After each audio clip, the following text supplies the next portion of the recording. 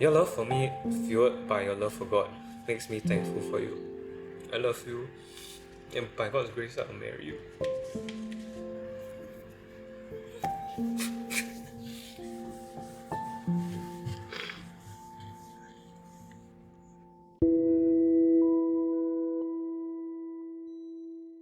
I don't really have a huge impression of her. She was just one of the girls in our youth fellowship, and yeah, I don't even remember her being in my committee when I was in the youth committee with her, and she was in the same subcommittee as me. So I didn't have much of an impression. Yeah. Joel was just like a senior who it's quite cool lah. Someone that I guess a lot of the juniors look up to. Actually, I was under him in my subcom, like for UCom, and then I didn't even remember that I was in his subcom, so oh well.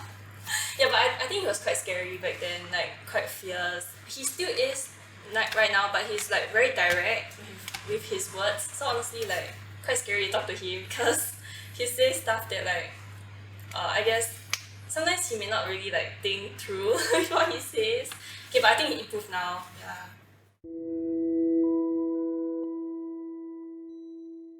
I think the first thing that caught my attention was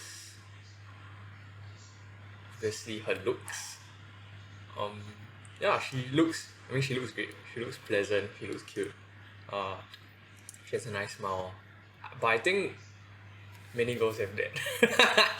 What really caught my attention was how she was when she was in our youth camp. I could see how she was taking care of people and she was genuine in her love for people. And I think at that point of time, it was attractive to me.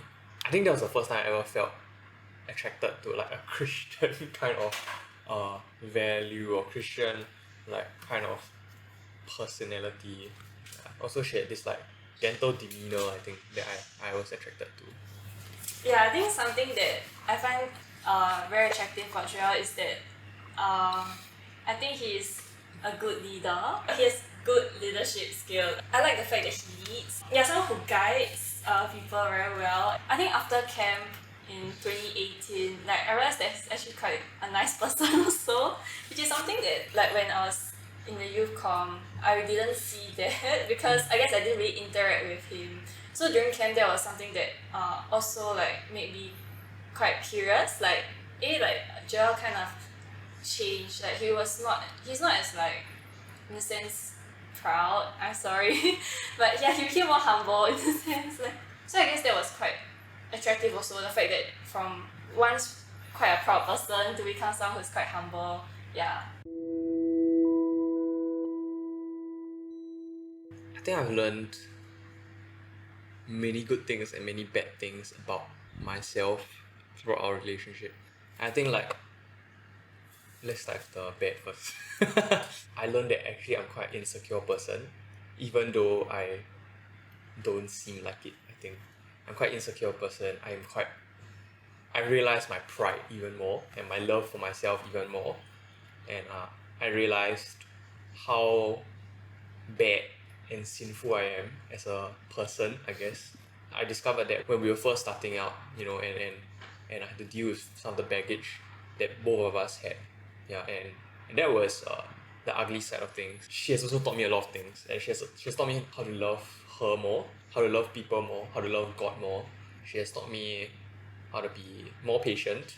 I mean, I'm not I'm not a saint. Yeah, I think it goes hand in hand lah. Yeah, like just seeing like how crappy you are as a person makes you more inclined to want to change.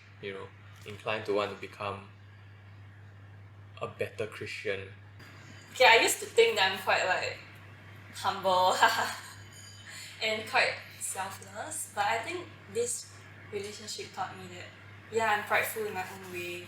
Not only just like in the relationship, but I think towards others also. Like I want things to go my way in the like smallest things. Like sometimes I want to drink bubble tea and I expect Joel to be willing to share the cup of bubble tea with me, even though he's like very full already. I think sometimes expecting that he will like send me home also. In very small little requests, I can be quite selfish in my own ways and I'm not even aware about it.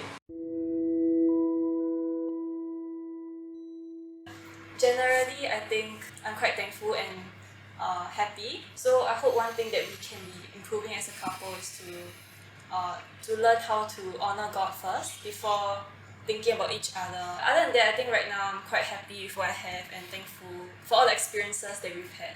Can hear, right? Okay. I think I would change. I'll change two things. The first one will make me sound quite a bad person, or maybe it will make me sound selfish. But I think that I would change her past. I wish she was never with other guys. I think that caused us a lot of heartache and a lot of unhappiness and a lot of pain. Yeah, I think that's a painful part of our relationship a few months after we got together. Like the other thing that I want to change about our relationship is probably my response to all of that. And I think if my response was more loving, if I was less concerned about myself and about her and about God, I would have been more understanding and I've been more accepting of her. Yeah, so I feel like the first one, I can't change much. And in fact, I think the first one has helped me to grow a lot as a person and as a Christian. The second one is obviously something that I can still change. It's obviously something that I can get better at. It's obviously something that I can grow in. When I was dealing with this, I was very, very consumed by the way she hurt me. I just was thinking of myself. Yeah, it was very, very selfish lah. Yeah, it was very, very selfish. And it took a long time, I think, for me to get over my insecurity and trust in her love for me.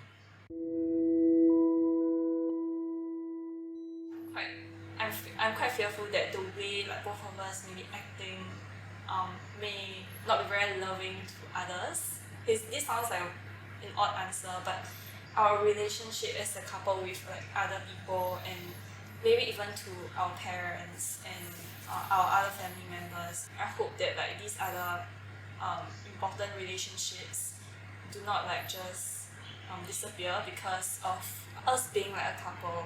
Yeah, I think within the relationship, there's still like the fear of like losing him. I mean, ultimately, our lives here will end one day. Yeah, and I do not know how that will be like, especially if it ends early, if one of us like passes away early because of something unexpected. Or that's scary, but I guess it's still very comforting to know that we'll be headed home. With God. But that's still one of the fears, I think. I think over the course of our relationship, it kind of evolved. I think at first I was afraid that I wasn't good enough for her, that I was lacking in ways that would scare her away. I was insecure and scared that she would see that side of me and not want to be with me. I think that was my biggest fear. But I think as time passed, that kind of evolved. Yeah, I guess I wasn't that scared of that anymore because I saw how much she accepted me, how much she loved me despite my flaws and my weaknesses. After that, it kind of evolved into can I best lead her in a relationship, in a godly relationship. That was my fear after that. Yeah, I think I struggle to do that, not because I don't know the Bible well. I think I have a decent understanding, but I think I struggle with that because I am a sinner myself and I face things like lust and sexual sin and I have a temper, as John knows. Stuff like that, I get easily angry sometimes, I get annoyed, I can be quite unloving to her or her parents, sometimes the people around us. And my fear is that my sinfulness leads her away from God. I'm quite thankful that it hasn't, obviously. But yeah, I think that's my biggest fear now, which is quite interesting because I never thought about how it had evolved.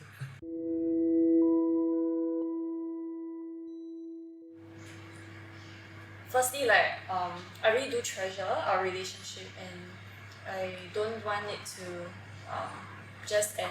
I hope that it can be a long-lasting one and one that builds up to marriage and that we can live together and stuff like that. So because of that, I try to look at what what's wrong and like how I can better love him and improve as like a girlfriend and someone who can support him. Another motivation is the experiences we had in the past, like seeing how he has loved me and how he sacrificed a lot, also motivates me to like not want to, in a sense, give up. The times where it was difficult for us, like what I tried to do was reassure him that I really do love him. Yeah, one thing that I've learned is that I guess action speaks louder than words. Yeah, sounds very cliche, but it's true. I feel like, okay, I'm sorry, I don't think there's such thing as like a perfect couple and whatsoever. I have two answers, and like one of them is probably should be my motivating factor more than the other, but it is not. What motivates me to love her? The first thing is her. Yeah, I think she motivates me to love her because of the love that she demonstrates for me. Yeah, like when I think about how much she loves me, it makes me love her even more. And I think that's probably the biggest motivating factor for me. Apart from that, I think she's also my best friend. She's my companion. She's my confidant. So all these things I think motivate me to love her because she is who she is and she's someone that's there for me. I know she's there for me. The second thing is God. And this is the motivating factor that I say should be more motivating than the other factor, but many times we know it's hard and it isn't lah. I mean, when you read the Bible, there's no way that you can't be compelled. You're not compelled by the words in the Bible to not love the people around you. I guess God's love for me motivates me to love her more than I already do, but she makes it easier lah. I'll say the biggest motivating factor is her. Yeah. Throw me a wave again yesterday, we'll make the great escape.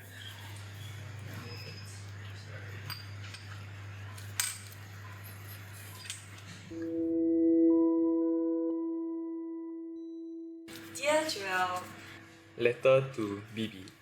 Dear Priscillia Chan Han It, it's been approximately 17 months since we've been together, and our journey thus far has been filled with a lot of joy and bliss.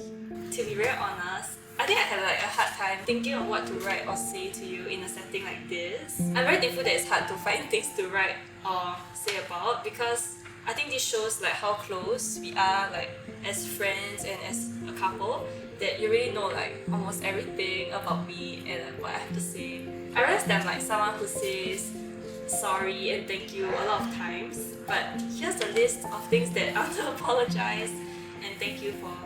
Thank you for showing me what love is. Yeah, I think with you I've learned that love always endures and is patient, even when we see the ugliest sides of each other.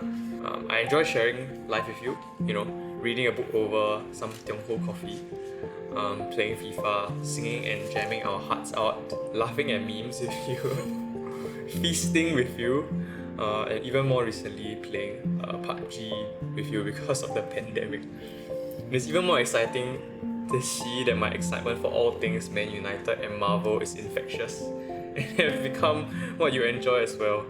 Most importantly, it's also been great that your taste in music has also evolved drastically ever since I came into your life and you are now listening to some proper music. To be very honest, we aren't a very exciting couple sometimes, but I'm happy that we can be happy in all the mundaneness and in just spending time with each other. Yeah, many times we disagree over something. We both have slowly learned to have humility to recognize where we might have gone wrong, but still continue to contend for the truth and contend for what's right. I've learned that love is like listening to me, even though I may be like monologuing at 2 a.m. Even though you really, really want to sleep, but you just keep listening to me talk and go on like that. I think love is playing PUBG and FIFA with me, even though we keep dying because of me and you hate losing. Yeah. And I'll never forget that feeling when I first got my first goal in FIFA. Although it was unfortunately an own goal, yeah, with a defender. Yeah, more importantly, I've learned that the love they have for me is not about sugarcoating your words, especially when the truth needs to be told. You warn me and gently rebuke me for my self-centeredness and my worldly thoughts. It might sound painful and difficult to accept at first, and yeah, definitely I felt quite sian when you say all those things and like hurt, like, oh, but I know you tell me the truth because like you love me and you do care about me, and yeah, you remind me of the important things lah. I'm not sure what people think about us, about our relationship. As you and I know, it definitely has not been pink skies and rosy all the time. We've been together for a while now and gotten to know each other on quite an intimate level. We've discovered each other's fears, baggage, insecurities, and weaknesses. That's never easy, and surely wasn't easy for us. But I'm so thankful that firstly we can be honest and open with each other, and secondly that you have loved me despite my flaws and failures. So I'm sorry for all the times that I've hurt you and for all the pain that I caused you lah. Yeah, for all the other times that I said I love you to another person before I even got to know you.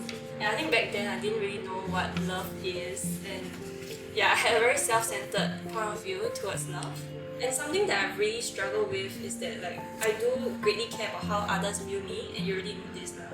Yeah, and I do also care about whether or not you view me as like a perfect girlfriend, especially like in the initial parts of the relationship. And many times I feel quite discouraged because I feel like I'm not that perfect partner or that perfect person.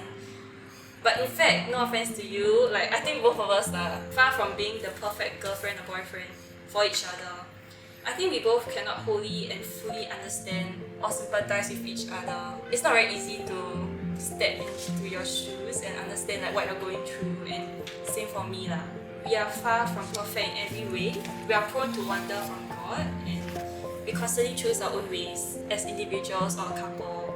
We rebel against our perfect creator, the one who first took the initiative to love us, although inherently there's nothing about us to be loved. Most of all, you have sought to do this in a godly way. You have tolerated my impatience and my temper with gentleness and patience. You have dealt with my insecurities with a big, big heart that understands me even when I am sometimes irrational. You have humbled me when I am prideful in a way that directs me to God. You have seen the ugliness in my life and accepted it, teaching me and reminding me to be better and more like Christ. Thank God that I know I'm not the perfect girlfriend, and I can rest assured in the fact that we both can never be perfect for one another, because we have a perfect Savior who cares for us in much higher ways than we can actually care for each other.